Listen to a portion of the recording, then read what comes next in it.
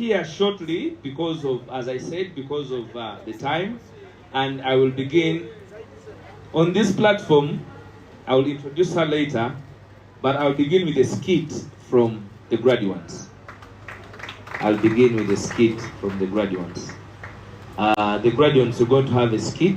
Those who are going to give us the skit, please come.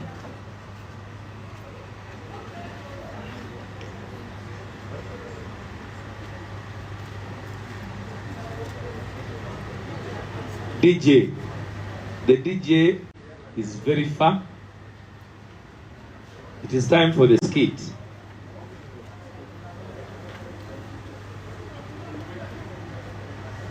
I know it is not easy to perform before the president and leaders, so they are realigning themselves.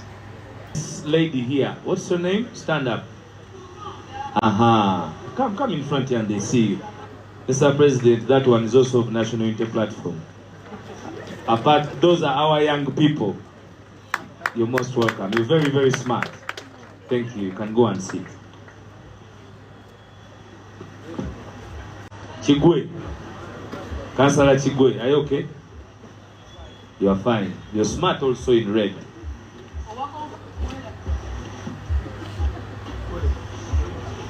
We have our PPS Sarah Mwonge. She's with us. You're most welcome. Mosh Chibuka, you're most welcome all the way from Chimanya Kabonera. Why are people laughing and clapping? Rasta, you're most welcome.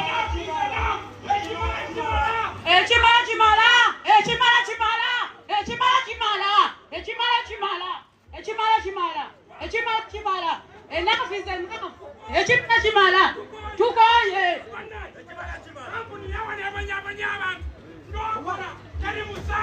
Musara mutono. Ngoye. Nakowa dance. Ngoye. Kampuni yawa. Musara uno no fumbe mero fumbide myaka emeka. Myaka ena mfumbe mere. Omuja kunyingira. Omuka kunyingira.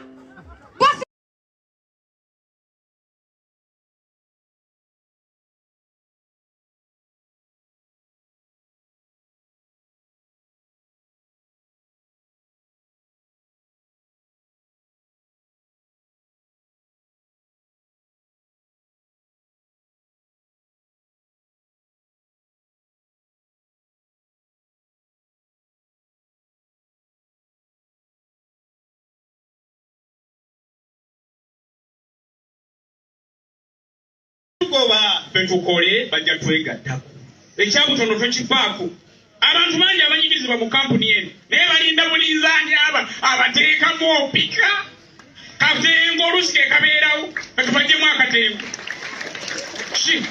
maama nnyo bakweyambula naye gwe teweyambula oba obwerere ome kyakyembagamba bakama baffe tugoba wano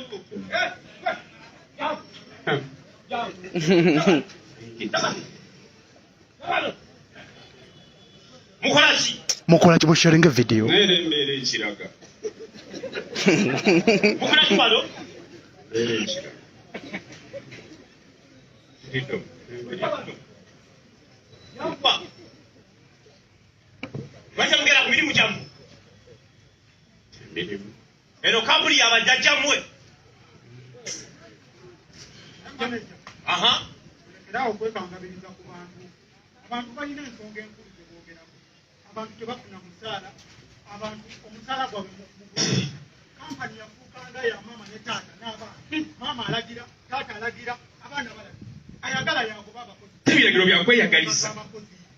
Mumanyi ebigendererwa ya kampani eno? Mumanyi gyeva? Mumanyi gyejja? Mumanyi gyeraga? Mujize yo tuginoneyo. Uwaka besa omwana mu. Afande. Manager. Abakozi abo balina ensonga. Era bwe mutazikole kwa misalawo kwekangabira. Bagenda beefuulira. Teri agenda kwefuula wano. Bino bibagamba olwaleero oba muwuliriza oba temuwuliriza. Abakozi abo be bayimirizaawo kampani. Singa tebaliiwo tewali kisobola kutambula wano. Tewali agenda kutuspataganya mu kampani eno. kyetagisa okulabanga kasola ba driver nekola ba boss ng'otegeera nti ne mukama waffe anaatera okujja. What's going on?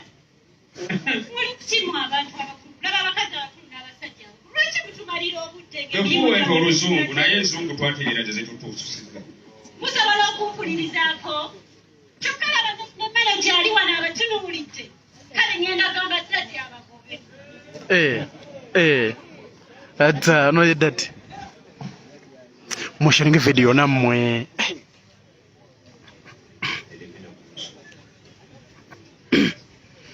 Oh, Mr. Bo. Muwala wange wabanga ayagala genda Bulaya ne boyfriend we.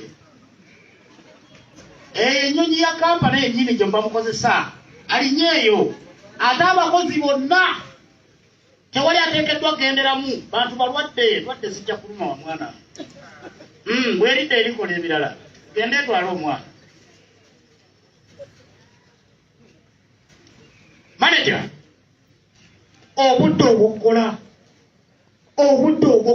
muli wano bagamba muli wano mukola ki musaawa ey'okukola manager bino bye nagamba okukola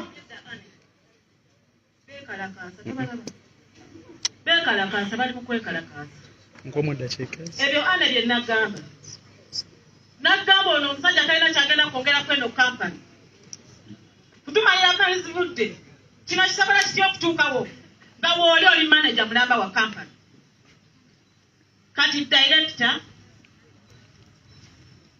ani wobanga oli director nze financial controller ze ngenda okukontrolinga sente zonna eziyingira mu kampani eno n'ezifuluma. My daughter okuva n'olwaleero kwe manager wa kampani eno. My daughter Laila aliwa. Come here. Olwaleero kwe secretary wa kampani eno. And make sure we are going to cut off 50% from their salaries. Kiwedde kyenjogera tekiddibwamu. Nedda eyo si solution okugoba abakozi tekigenda tereza kampani eno. Abakozi muwulirize ensonga zaabwe. Manager owulira kye nagambye kampani bagifuula ya maama taata na mwana oli bw'abeeri bwawe ebiragiro kati naye wuyo bakugobye. Muve ku nsonga z'abakozi muleke okwekangabiriza. Ate kantu kwe ino olugezigezi naye ndulaba ikwe nawe omuntu weremeredde ikwe okoze gyokoze yonna yonna olemereddwa oyagala ogyotereze ensonga z'abakozi ba kampani eno ikwe njagala kukutegeeza eno kampani tosobola solovinga nsonga zaayo era nkusaasidde nnyo. Kati bw'oba olowooza nti okugoba abakozi tekinatereza ensonga obongoba nange ngoba naye nkukakasa ekintu kino tugenda kudda kampani eno tugenda gitwala kubanga kampani eno y'abakozi si yammwe wadde mutwesibyeko emyaka 38 naye tugenda bafuluma. It's okay. You can go. Rest in peace. Ate nkukakasa ne gy'olaga tojja kumalako. Naawe manager hinga muka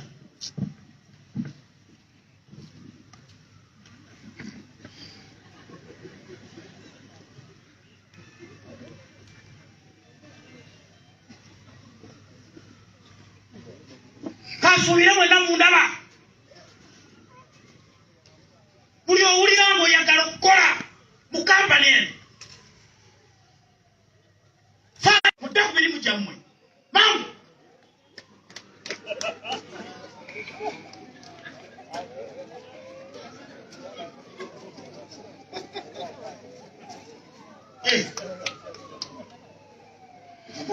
Laba president, David Mr. President watu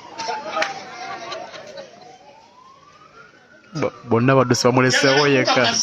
Ebyo ssuubi byabateekamu abalimba nze Katonda wammwe temusobola kuba nga siriiwo manina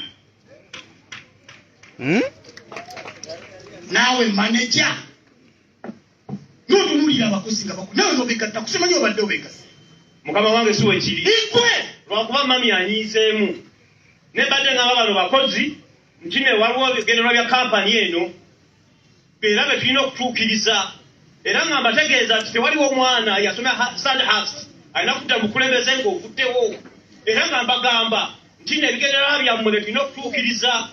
Very good. Ate gwe nakulabirawo oli musajja mugezi nnyo. Omuntu yenna ayagala okukola mu kampani era nga ayagala agiwangaaliremu olina nti otuukiriza bigendererwa bya kampani eno. Ye mukama wange ate okusingira ddala fe abakikulembera. Ye mukama wange bwekyo bwe kikulema waliwo obugambo busatu. Era yadde mami abadde aweza mbu akugobye naye ku kyokoze era ku kyoyogedde weetaaga ne service award. Tufudde nfunye ebitaano.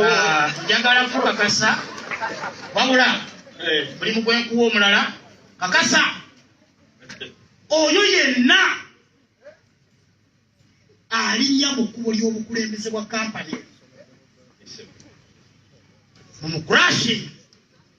Tugenda mu kurashinga sebo.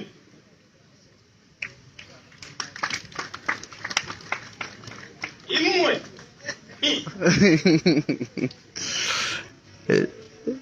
Chimala.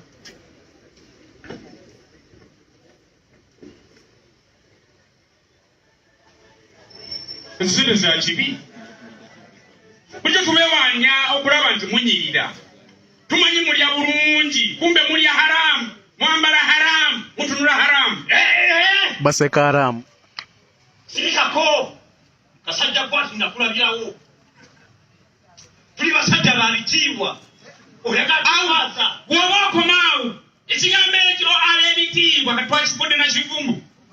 Era baga nti oli wa kitiibwa. Tumutegeerawo nti olya bitaano.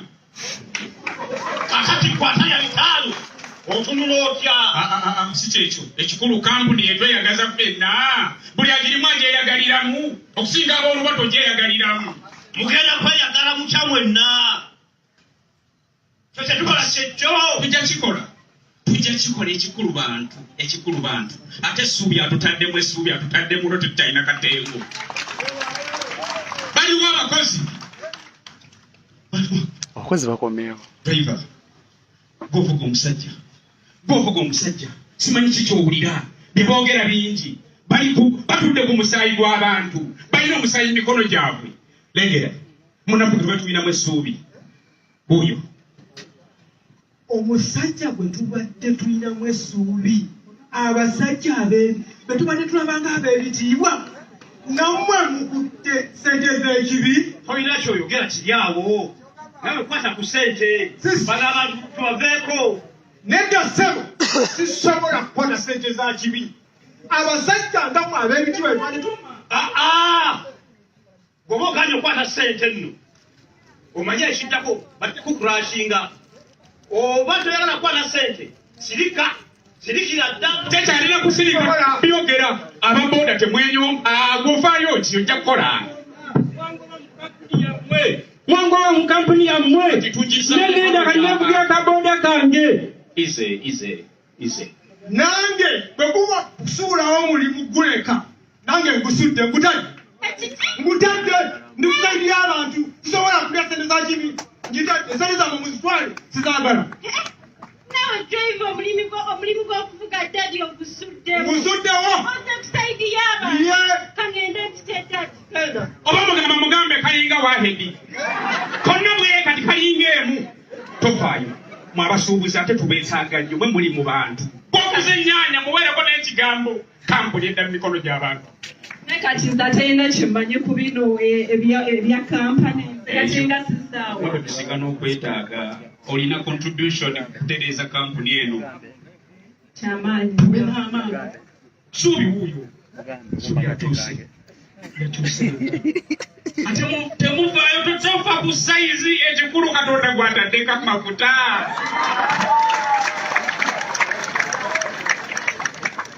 Mwebale nnyo mwebalire ddala kukitegeera. Temukitegedde nti abantu ge maanyi era ffe maanyi tetwegassa awamu obeere musuubuzi obeere wa booda oba otunda nnyanyi yegwe gwe twetaagira ddala. Tusobola okwetakuluzaako buno obusajja. Abasajja batufuukidde ekizibu. Maama ayogera, taata ayogera, n'ekyalo bwe kigeri nga kitabidde nga kigamba. Oyo mukozi. Temutegedde nti amaanyi gali naffe. Kugenda kukwasa abasajja bano. Ate sinja, si juzi, bakuluma lwaleero. Ate si lwaleero, wabula kati. Confirm. Confirm.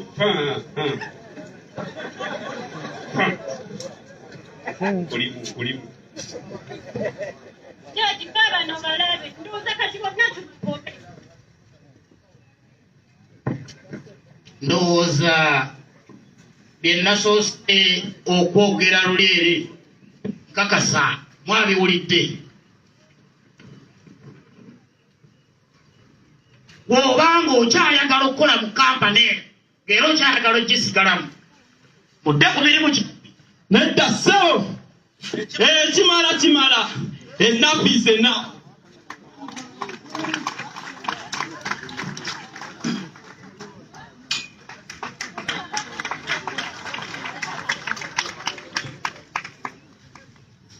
Mama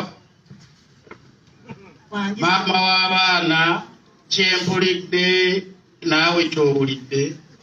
N'okukiraba nkiraba. Oli ku Sama Uganda Media Top 10 Tata Kisoro. Omusajja ono talina kyagenda kwongera ku kampani eno. Nagamba omusajja mugoberewo n'omulemezaamu. Essaawa eno kampani twali tusobola ogyeyimiririzaawo nga famire. Tusobola ogiddukanya. Kati tunulira kyatadde mu bakozi. Omusango gwonna guteekako ono. Bebi baako kyokolawo olwaleero. Kati maneja oba tolina mu era nga n'ebigendererwa byayo si byokola n'ebigendererwa bya boboosi bo si byotuukiriza okyetaagisa kiwanira olina mugaso ki? Genda! Fuluma! Genda! Nze ekyo bulijjo bebi kye nkugamba. Kati olwaleero nga bw'oli director tusobola okuddukanya kampani eno ne tugitwala mu maaso. Ate gwe nnyabo mulekerawo okwekangamiriza ku bantu.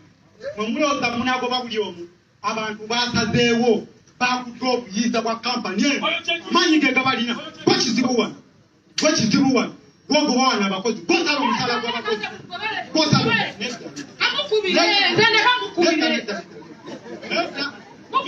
twasazeewo nti tuyingidde olutalo naye ekitukulemberayo empisa twagala tulaga ababbi bano nti ate ffe tuli banjawulo tetugenda kutta bantu tetugenda kubaako bantu mirembe. Kati gwe nnyabo tusazeewo ng'abakozi bano bw'olaba basazeewo tetukyagala yadde okulabako yadde okutunulako. Nedda basebo muleme kulekerera kutunulira kiiso kya mbuzi. Nze oda zonna mbadde nzijja wa mukama wange. Nze ndi mwetegefu okukola nammwe kampuni eno tugitwale mu maaso. Nze oyo oda zonna yabadde azimpa zibadde zibambaavu. Finito yagobeddwa dda. Kyamaanyi mmwe mugalina tetufunye amaanyi buli omu tumusobole. Kakati gwe ssebo tetwagala yadde okwogera ebigambo ebisukka ebisatu nga tokyaliwo. Kubanga abantu bano nze mbadde nteesa banna tewakyali budde bwa kuteesa wakuwa obudde tusaba okuviira. Mwali mbaddemu neera olemerako abantu bano basobola okukola kyonna mwalimbese nesigala nkyagala kulabako. Akomererwe. Mami oyo kyezza. Otugamba otya n'ettagi. Toyinza kutuvaamu. Ate kati oyogera ki? Oyogera ki? Buli lwotanga omusota n'obwana bwagwo obuttanga.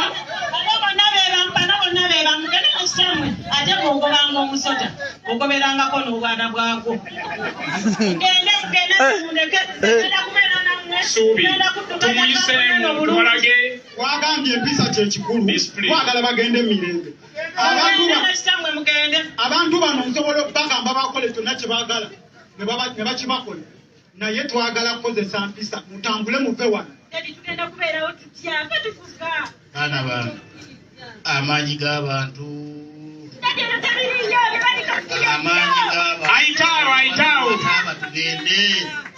ayitaawo ate gwe nnyabo wano gw'obadde ofuuse nankulu bwe tuba tugobye emisoto emito tuyinza okulekawo omulabatunulanga abantu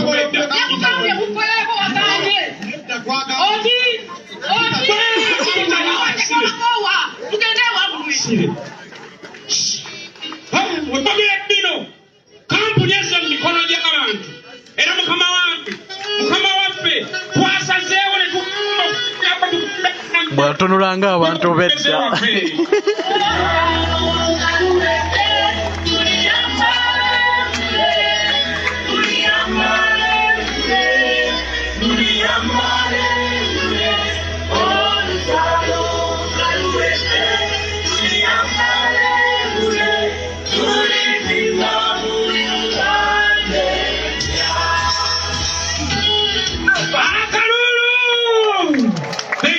Thank you so much, Mr. President. Ako tukaweereza gwe okusingira ddala tukulimu nnyo. omwami oyo atera kuzanyira Mazubaire family. I think ndowooza basinga mumumanyi ate nga n'abannabyabitone basalawo okubeera bannankyukakyuka kubanga bazanyira bantu ate abantu be basinga okunyigirizibwa. So oli kusama Uganda Media Top 10 Tata Kisolo mbasaba mutambuze message olunaku olwaleero bagenda kuba batikira abayizi baffe abeeka mocha ku School of Leadership abasoose okubanga bafulumizibwa. Bwe mba njogenda ngamba sirika oboga bulokengebwa disclaimer. Who has watched Sarafina? Who has watched Sarafina? So get inspired to do more. There is a lot of space for everybody to do their part and play their part. Without wasting any more time, allow me. I wanted to correct. They are not graduates. They are awardees because they are being awarded. Let me invite Kaija Doreen. Please give her a big hand clap as she comes. She is the liaison coordinator of the Institute of Learning, and I'll give her this moment to speak to us. You're most welcome.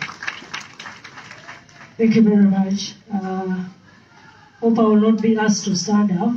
This height is enough. The President, Your Excellency, the CIC, RSK, General Mugisha Moto, our guest speaker for the day,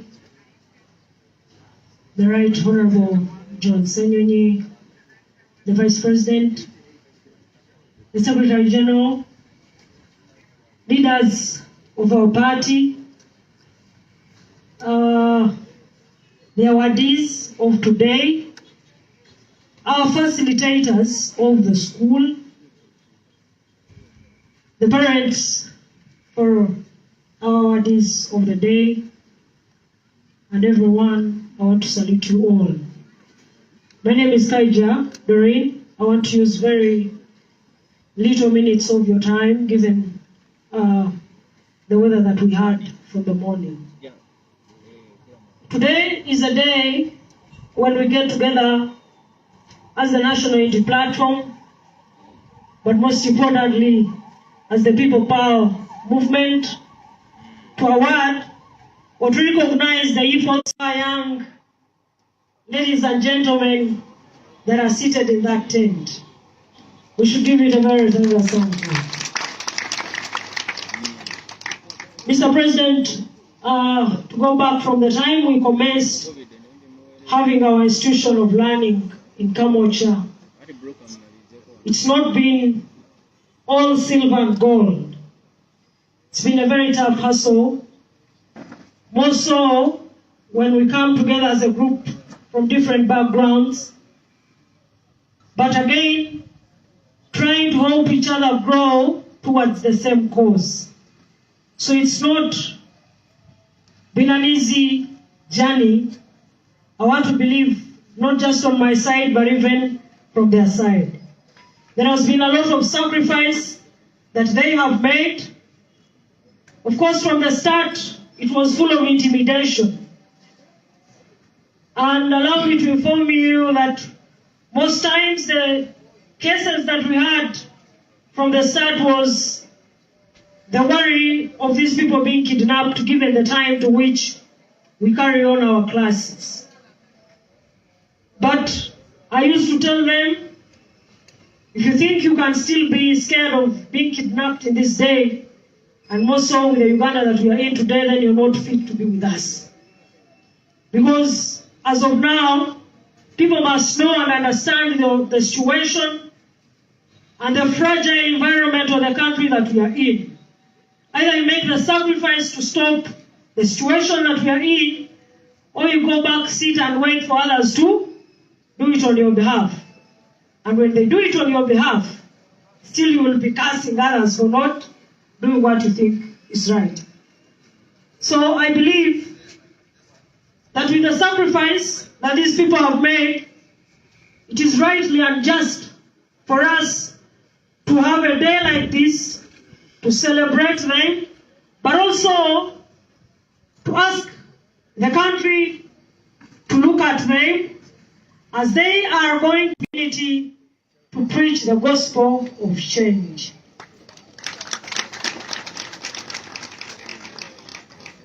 Mr. President, oyo ye musomesa yomu kubasomesa basomesa ekamwocha. Others read the news in the papers, others watch on the mainstream, others use social media. But I think our generation today goes through the same and feels the same. They don't watch it from afar. So that means our involvement, our being at the forefront of our struggle, we want to credit it highly to you. Because there are people that thought maybe you're still young to do this. Maybe you need more time. Maybe you're not educated enough. And they will call us all sorts of names, the hooligans, and all groups that are demeaning, all names that are demeaning. And it is good that today we've embraced those names and we've challenged them. We've challenged the status quo.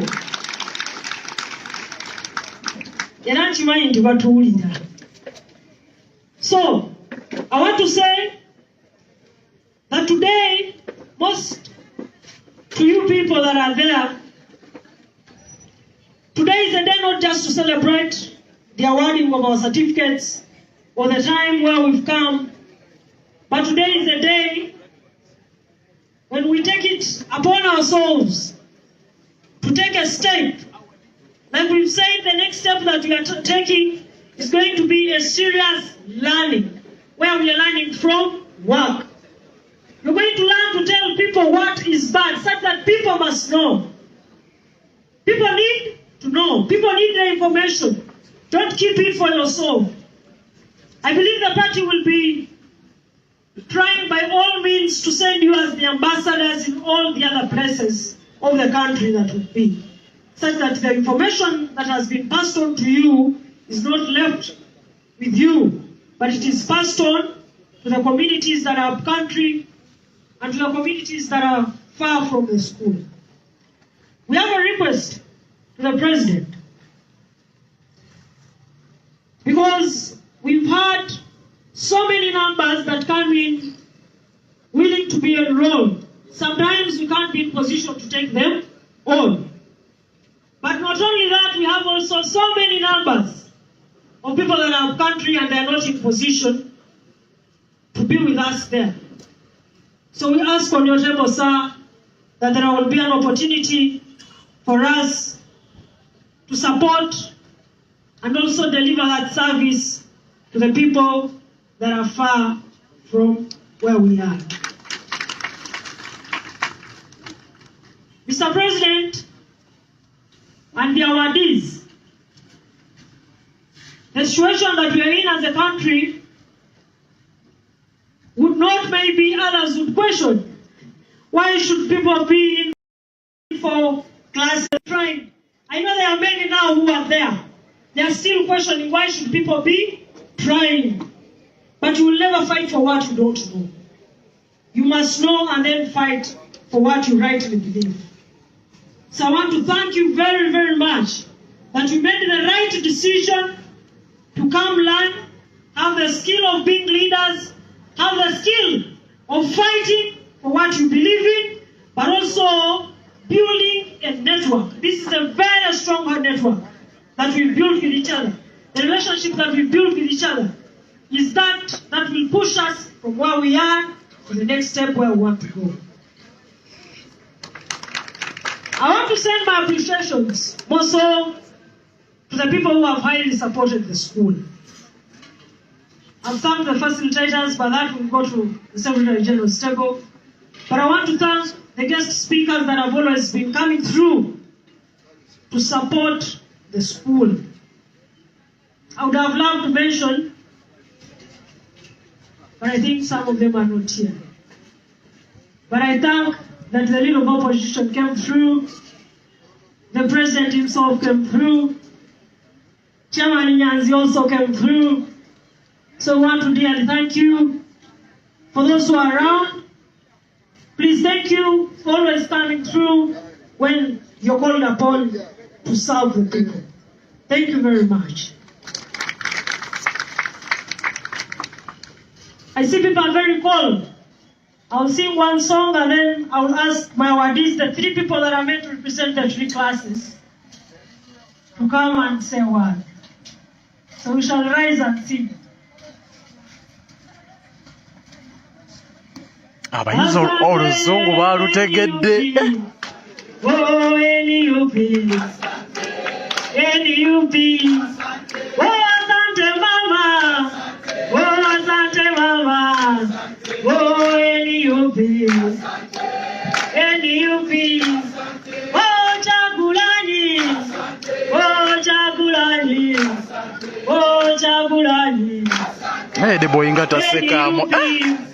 Oh, people power, oh, people power, oh, people power. Oh, Machete Chitalia, oh, Muonge Chitalia, oh, Bobi Yanga, NUP, oh, Chintu Chitalia, oh, Mato Chitalia, oh, Jime Chitalia, NUP, oh, Musa Chitalia, oh, NUP, oh, Audanga, NUP, oh, la comrades, oh, in prisons, oh, for our freedom, NUP, oh, la comrades, oh, in grace, oh, for our freedom, NUP, oh, Sante Mama, oh, Sante Sana, oh, Kutu Soja, NUP, oh, Kutu Soja, oh, Kutu Soja, oh, Tusongembele,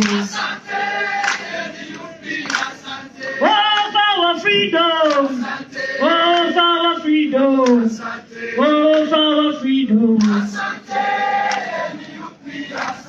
oh, Sante Sana, oh, Sante Sana, oh, NUP.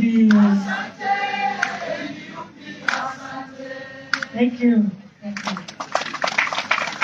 Oyo ye musomesa wa NUP oyo ennemesa okusoma anyirira nensigala nze taata Kisolo mwebale kubeera kusoma mbagala nnyo abaana bayiza oluzungu oluswahiri oluwalabu olukongo olunyarwanda olunyankole olukyega awala ne NUP mukama kwekyo muleeta emirembe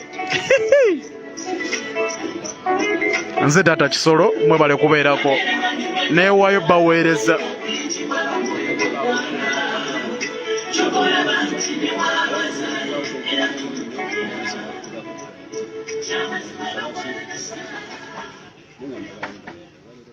أعوذ بالله من الشيطان الرجيم بسم الله الرحمن الرحيم. Chancellor of Bulungi, the President of Uganda, Vice President, the President of Anti, Leader of Opposition, SG Wafe, Madam Kaija, omukulembeze waffe w'ettendekero, abalungi naye nga twongera okusabira abakomrades bonna abali mu makomera Mukama basaasire ne baganda baffe Mukama beyajjulula abawumuza emirembe. Ladies and gentlemen, Mukama mulungi ekiseera kyonna. Assalamu alaikum wa rahmatullahi wa barakatuh.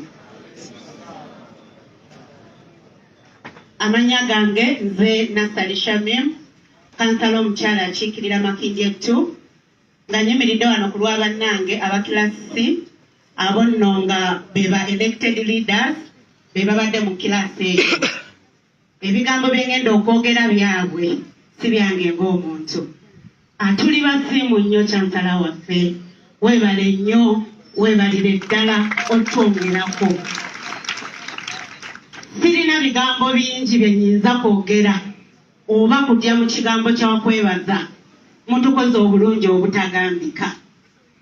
Tubadde n'okusoomooza eri bannaffe, nja kuyita abeefuula ab'opposition abayita mu UID nga buli we tuyimirira okwogera batusoomooza, naye njagala obategeeza nti wallahi billahi tallahi leero temulina kye mutugamba. Tetusomye busomi wabula batugunjudde. Tugunjuse mu nneeyisa ng'abakulembeze, tugunjuse mu nneeyisa ey'obutabba. Chancellor bwe tutunuulira abakulembeze abayita mu UID nga barifaringa ku the likes of Mpuuga, nalyoka ne siyita mu UID.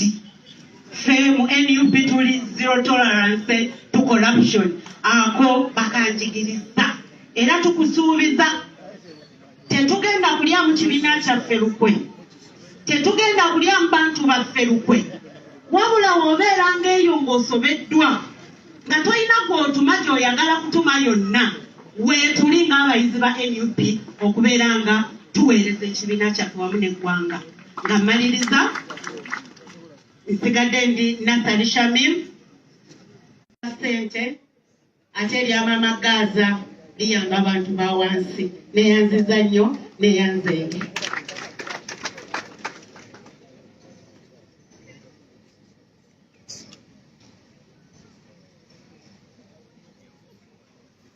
People power, our power, God is good.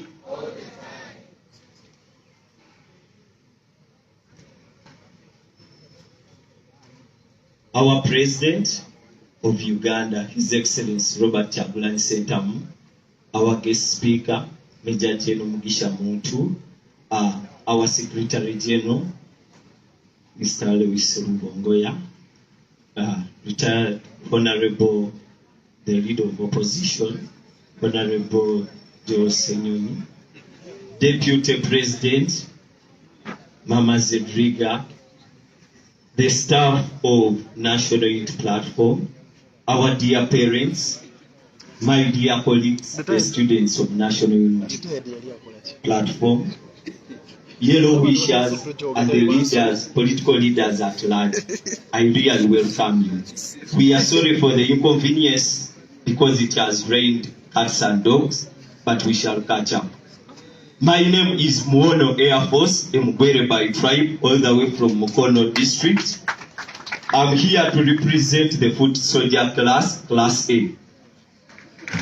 Dear the members who are available here, allow me to echo the words of the revolutionaries about education. The roots of education are bitter, but the fruit is sweet.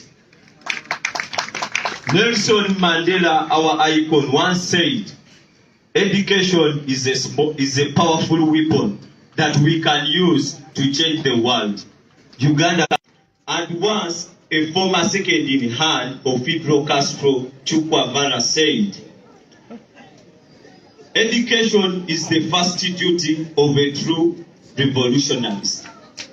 Dear Mr. President, allow me to say, we, the foot soldiers, we are very happy for the opportunity you have given to us. Our dear teachers, we shall always remember that one pen, one beret, one book, and one teacher can change the world. Dear our parents, the sacrifice and the conducive environment you gave us, today we have made it, and I'm happy we are making history. Dear Mr. President, we had so many challenges since we are still a young party, but so far so good. Where we are, I'm happy where we are, because where we are going, we are seeing. The sky is the limit. The more we learned, the more we realized that we didn't know. Dear Mr. President, we are ignorant about the history of our nation, Uganda. Dear Mr. President, we are ignorant about the ideology of our party.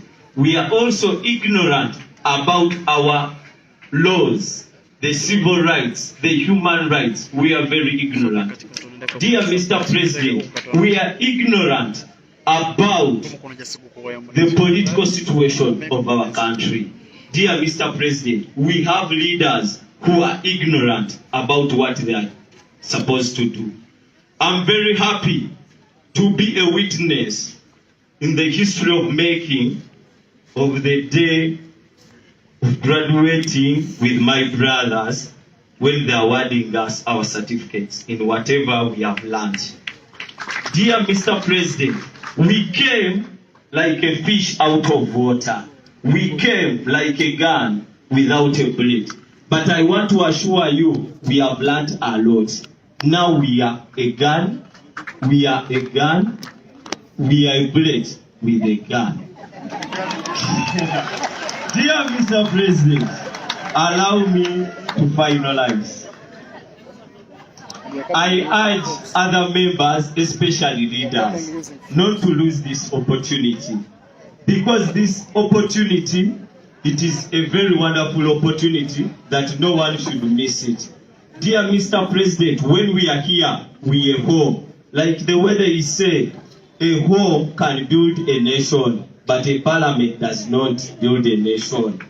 A home, when one's home is safe, it attracts justice for all. With my colleagues on behalf of the foot soldiers, we say we can, we shall. With your national unity platform, we are a home when given an opportunity.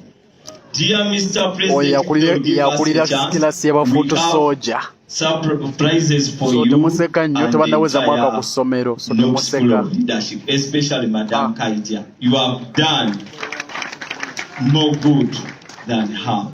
Thank you.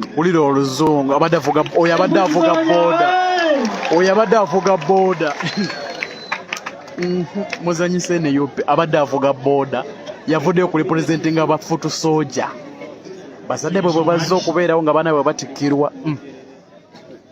Meanwhile, that is only the English of the foot soldiers. People power. Our power. People are so called people power. Our power. NUP. Everywhere. Kunga Uganda kunga. Kunga Uganda kunga. Kunga School of Leadership kunga. Kunga Chagulanyi kunga. Kunga NUP kunga. Kunga Qualified Revolutionaries kunga. Kunga Academy kunga. Kunga Special Hooligans kunga.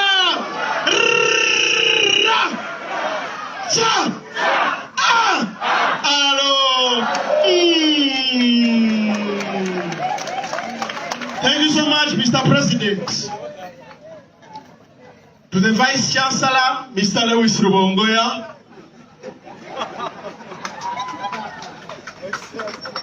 To the Chancellor of this mighty academy, His Excellency, the President of the Republic of the country and the people of Uganda, Kyagulanyi Robert Sentamu. All protocol observed, good afternoon. We are very humbled that as a party, as the National Unity Platform, we have been given the privilege to study to the extent that now we are qualified to be called the awardees, not because tomorrow we are going to sit with these certificates, but because we are the qualified revolutionaries and we seek for change for this country. Mr. President, you have given us the opportunity to study about the history of our country. Now we know and we can clarify that 38 years back, our country was able to even borrow some countries that we admire today. Mr. President, now we know that at one moment, this country was shining more than those that today we admire. Mr. President, we have been taught about governance and at least of the judiciary. We know the importance of the executive and we know the importance of the legislature. But most importantly, how independent they should be. Mr. President, to every country, all these are there, all these organs. But we looked at our country as a study case. And we saw how we are lacking in form of the independence of these different organs. Where when colleagues are imprisoned for reasons we don't know, a directive has to come from the head of the executive. Where if the legislature is bringing a bill like the coffee bill today, it is the leader of the executive that has to appoint. Mr. President, we have learned that the judiciary should not do that which is pleasant to the government. Mr. President, we have learned that the judiciary should not work in order to please those that are in government. Because at the end of the day, our question is, if the judiciary works for the head of the executive, if the legislature works for the head of the executive, then who is going to hold the one who is accountable?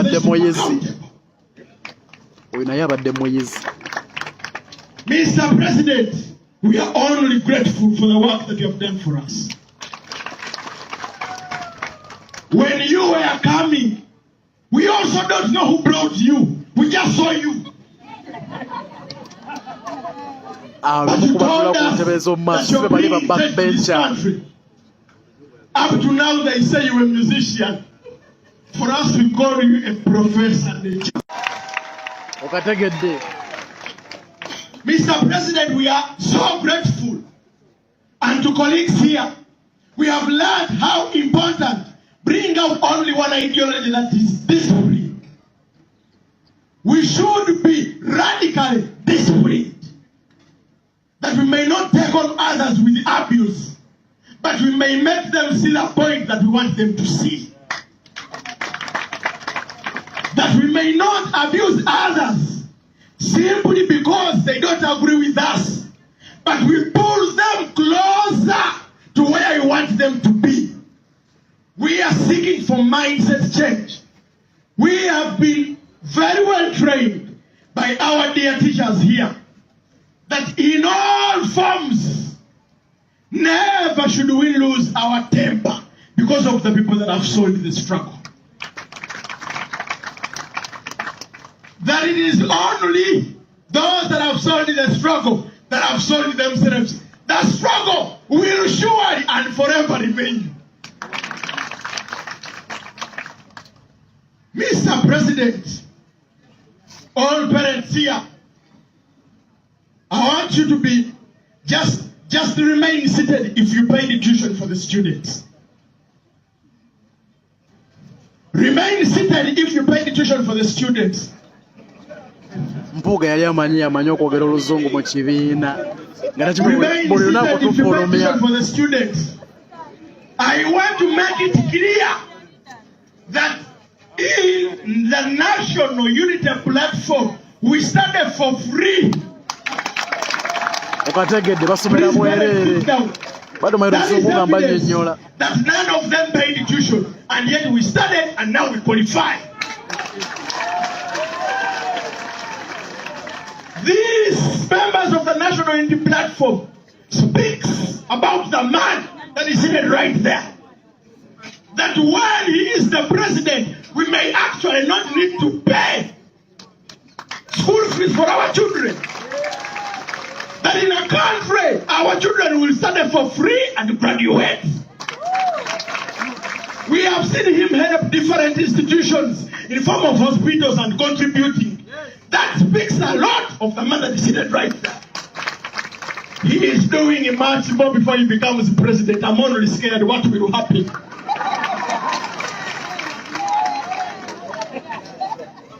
Mr. President, we are much grateful for the work that you're doing for us.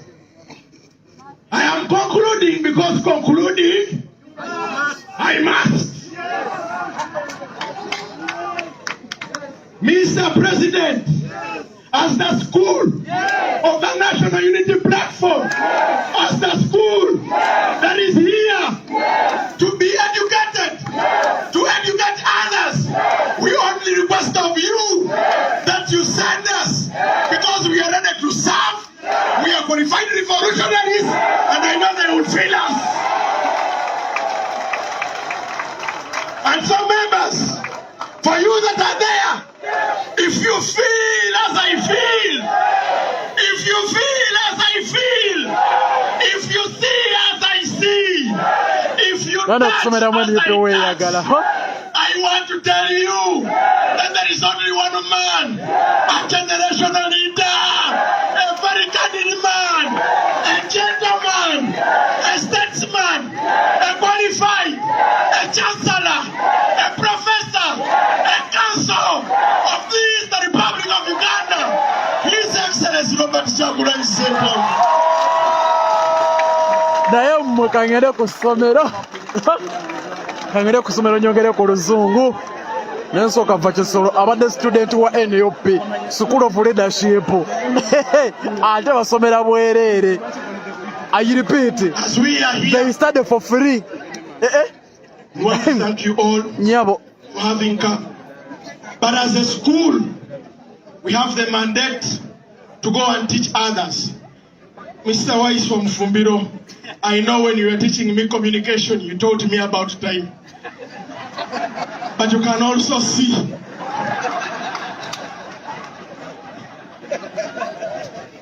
as the school of the National Unity Platform, we thought it wise that among our ladies there is this lady called Kaija.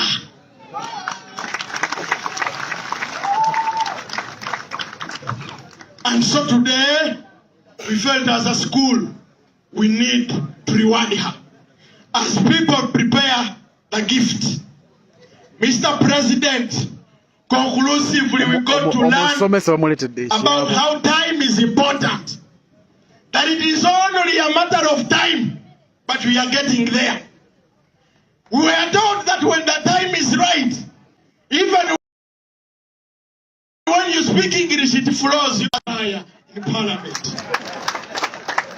When the time is right, everything falls into place. And so we are only waiting for the right time, and we shall be behind you as the youth of this country.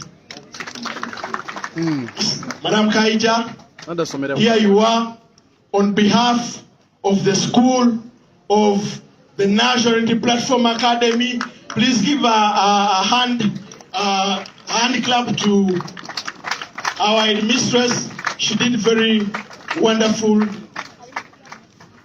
And Mr. President, I have been given the authority to invite you and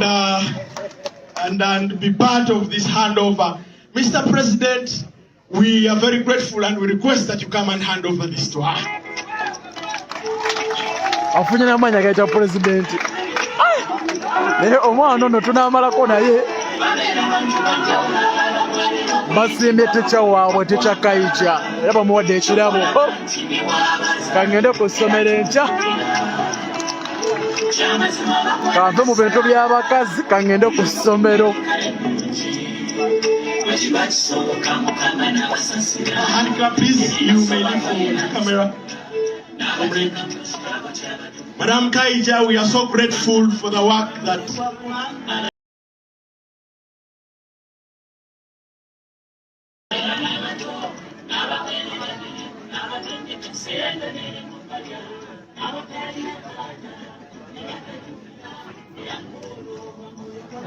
Madam Kaija, we are so grateful for the nice work.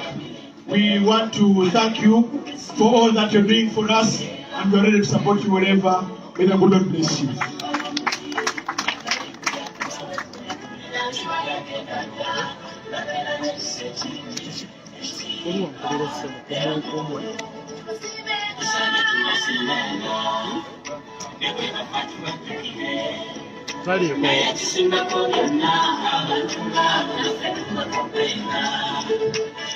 People power, our power.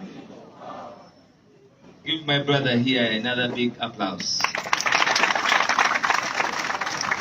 He's a former guild president and of Makerere University. Add him another hand. Mr. President, and occasionally the student today has also moved with the Mfunye okusoomoozebwa kangende ku ssomero. Mfunye okusoomoozebwa kangende ku ssomero. Mama. Jangu ma. Mama we yoyo. Mutabani wakolere ne buyinza gye buva. Kuzaala kujagaana genda obabuuzeeko abakulu.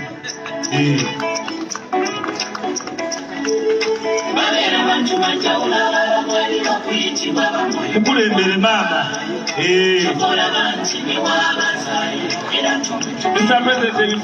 Singa Sauda Madada teyambozaaboza singa nange mama wange ali wano. Singa Sauda teyannemesa misomo gyange nange singa nsoma okubatikirwa leero walayika ngende ku ssomero. I'm going to focus so that I can achieve. Huh?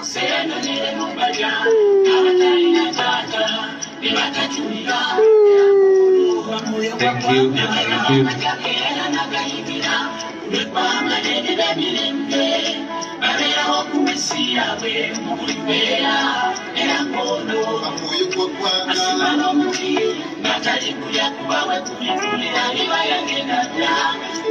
Thank you, thank you, thank you. Thank you so much. Yankula mu ssomero nga sinneetuuka singa nze leero atikkirwa. This time around I promise you my paper I'm going to focus so that I can achieve my dreams. Thank you, DJ. There's nothing, DJ. There's nothing very important like being supported by your own parents. Especially abaana b'obulenzi tweyongedde okuwanduka mu masomero lw'abakazi abatulimbalimba. Such a young man, he graduates, he's a graduate at Makerere University. All you want from him is a phone call that he's working, that he has a particular direction he has taken. He's quite exposed, he would have somewhere to be, but because what we are doing is mightier than what we want to be. And that should be the driving force. Ekyo kyokola kirina okuba nga kinene okusinga gwe kyoyagala okuba. Kigenda kukwanguyiriza obulamu nti ne bw'oba otendewaliddwa kyokola kikuwa amaanyi okukola ekituufu okusinga okweyagaliza. Do not be selfish, I told you that. Be humble and humility. You will win in all times. Thank you very much, Mr. President, and all of you, the students, I mean the guild presidents. When I say president, others need. Ladies and gentlemen, you're most welcome from Mbarara. Please stand up for recognition. You're most welcome. People power. We have very respectable people. She's coming from Mbarara. Give her another hand. I want to take this opportunity, ladies and gentlemen, in the interest of time, to invite the Secretary General to take us to the awarding ceremony to the graduates. Thank you.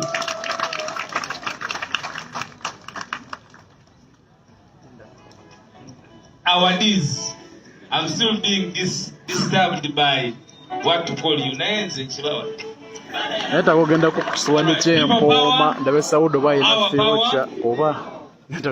President, General Mugisha Muntu, our guest speaker today, our Deputy President, Mamalina Zedriga, the head of our parliamentary team, Honorable Joel Senyenyi, head of mobilization, Chairman Nyanzi, Comrade Nubianli, the coordinator of the school, members present, Comrade Pastor Mwanguzi, thank you so much for that powerful prayer, and other leaders.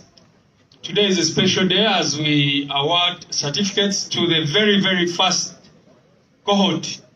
This is the first of the first. And I'll say a few things about the school, and then we invite the leaders to give you the awards, and then we move on with the function. I want to recognize the facilitators who are here today. Dr. Kanabi Moses, stand up for recognition. Dr. Kanabi has been teaching these people constitutional history. Comrade Rovans Alex Rwanyaga. This one, they called him DOS, Director of Studies. He has been teaching them the philosophy of the National Unity Platform. Comrade Waiswa Mufumbiro has been teaching the art of public communication. Comrade Innocent Tekusurwa has also been teaching the art of public communication. Comrade Akampulira Stewart, where is he? Not here. Comrade Kaya Jeremiah, the philosophy of public communication. Madam Sarah Muonge.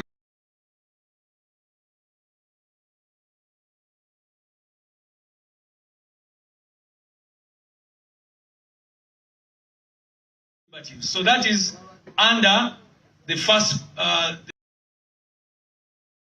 intake, level 1. So that is level 1. But as you go up in this school of leadership, you're going to country. So I invite all of you people to, but the second level will be competitive. It is not that everyone who will apply will make it.